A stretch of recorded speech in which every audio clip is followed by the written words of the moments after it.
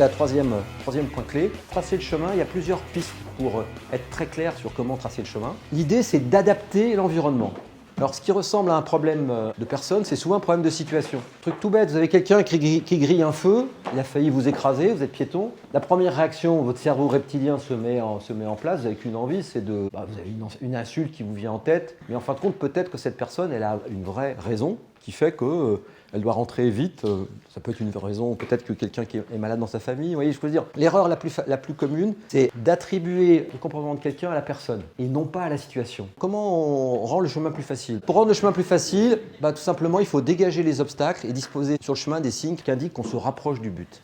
Et pour ça, je vous donne des exemples concrets, un exemple dans le domaine aérien, un exemple concret chez Ethic Consulting, tout simplement.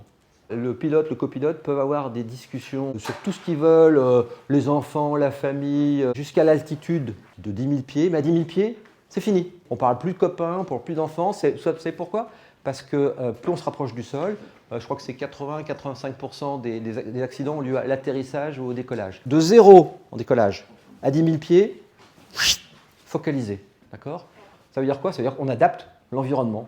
Le cockpit, ça peut être une joyeuse salle des fêtes, mais à 10 000 pieds, ce n'est plus du tout le cas. Piste suivante, on est sur le tracé de chemin. 1, adapter l'environnement. Piste suivante, c'est créer des habitudes. Ayez bien en tête, on en a parlé ce matin, que, rappelez-vous, combien on prend de décisions par jour? 70. Il faut absolument qu'on ait un pilotage automatique pour nos 70 habitudes par jour, parce que sinon, si on n'a pas des routines, pour être clair, vraiment, on aurait des problèmes neurologiques. C'est-à-dire que le cerveau serait en permanence en surchauffe. Si à chaque fois, il faut penser que, alors j'ai 70 décisions, donc ah oui, le matin, donc le café, après se laver les dents, après etc., sortir le chien, etc., emmener les enfants à l'école, etc. Enfin, au bout d'un moment, c'est bon, vous les avez les routines.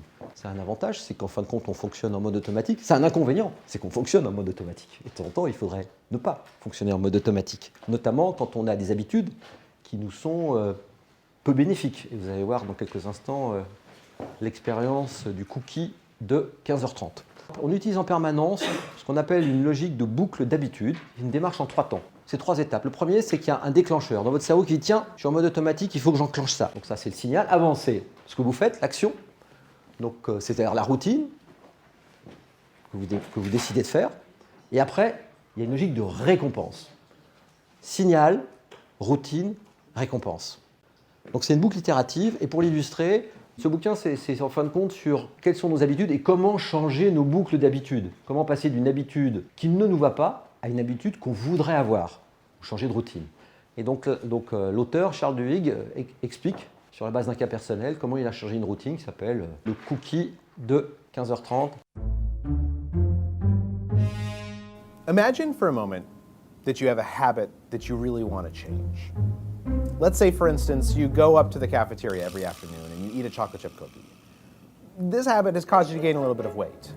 In fact, this habit has caused you to gain exactly 8 pounds, and your wife has started making some pointed comments. And when I say you, what I really mean is me, because this is a habit that I had that I just couldn't kick. To understand why that habit was so powerful and what it would take to change it, I had to learn how habits work. Every habit functions the same way. At first, there's a cue, some type of trigger that makes the behavior unfold automatically. Studies tell us that a cue can be a location, a time of day, a certain emotional state, other people, or just a pattern of behaviors that consistently triggers a certain routine. To figure out the cue for my craving, I spent a few days tracking exactly when the urge to eat a cookie hit. And what I noticed pretty soon was something interesting. The cookie craving always hit about between 3 o'clock and 3:30 in the afternoon. That was my cue. It was a certain time of day. The next part in the habit loop is the routine, the behavior itself. And for me, that was pretty easy to figure out.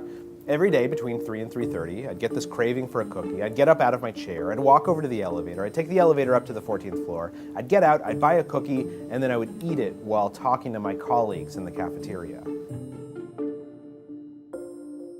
The last part of the habit loop is the reward. And in some respects, the reward is the most important part because that's why habits exist, so that we can get the rewards that we want. But figuring out a reward is kind of tricky. To figure out what reward was driving my habit, I did a little bit of an experiment. One day when the cookie urge struck, instead of going up to the cafeteria, I went outside and I took a walk around the block. Then the next day, I went up to the cafeteria, but instead of buying a cookie, I got a candy bar and then ate it at my desk. And then the day after that, I went up to the cafeteria again, but I didn't buy anything. Instead, I just talked to friends for about 10 minutes. You get the idea. What I was trying to do was test different hypotheses to figure out what reward I was actually craving. And what I figured out pretty quickly was it had nothing to do with cookies. It had to do with socializing. Nowadays what happens is at about 3:30 in the afternoon, I absentmindedly stand up, I look around the office, I see a friend, I'll walk over and we'll gossip for 10 minutes and then I'll go back to my desk. The urge to go get a cookie has completely disappeared. The new behavior has become a habit, and I've lost about 12 pounds as a result. Studies have shown that if you can diagnose your habits, you can change them in whichever way you want. So what are the cues, routines, and rewards in your life? What habit do you want to change?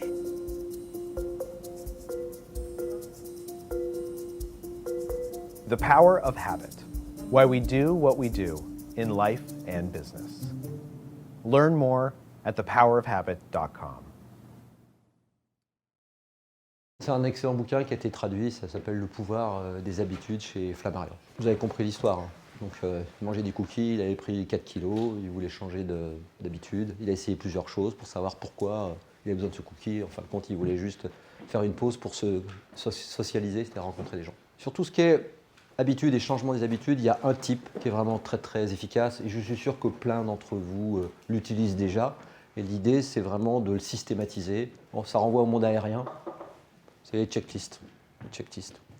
Si vous voulez que quelque chose soit fait, si vous voulez changer une habitude, il faut un déclencheur. Si vous voulez un déclencheur, il faut clairement le formaliser. Donc ça, c'est la deuxième porte. On revient à l'éléphant. L'éléphant, il calque constamment son attitude, son comportement sur le troupeau. Par exemple, c'est pour ça que les mendiants laissent toujours une pièce dans leur bol. C'est pour ça que sur les logiques de charity, d'appel de fonds, on démarre jamais à zéro, mais on démarre toujours avec la moitié de la somme, parce que personne n'a envie de donner les premiers euros dans une charity. Et donc, rappelez-vous, un troupeau, c'était déjà 2 personnes. 1 + 1, c'est déjà un début de troupeau. Ce qu'il faut bien avoir en tête, c'est qu'un simple pas, ce n'est pas la garantie d'un long voyage. Comment faire que ce premier pas soit suivi d'autres pas, il faut encourager. Bonjour, bravo, merci. Un proverbe auvergnat dit qu'il faut bien être avare pour ne jamais dire merci.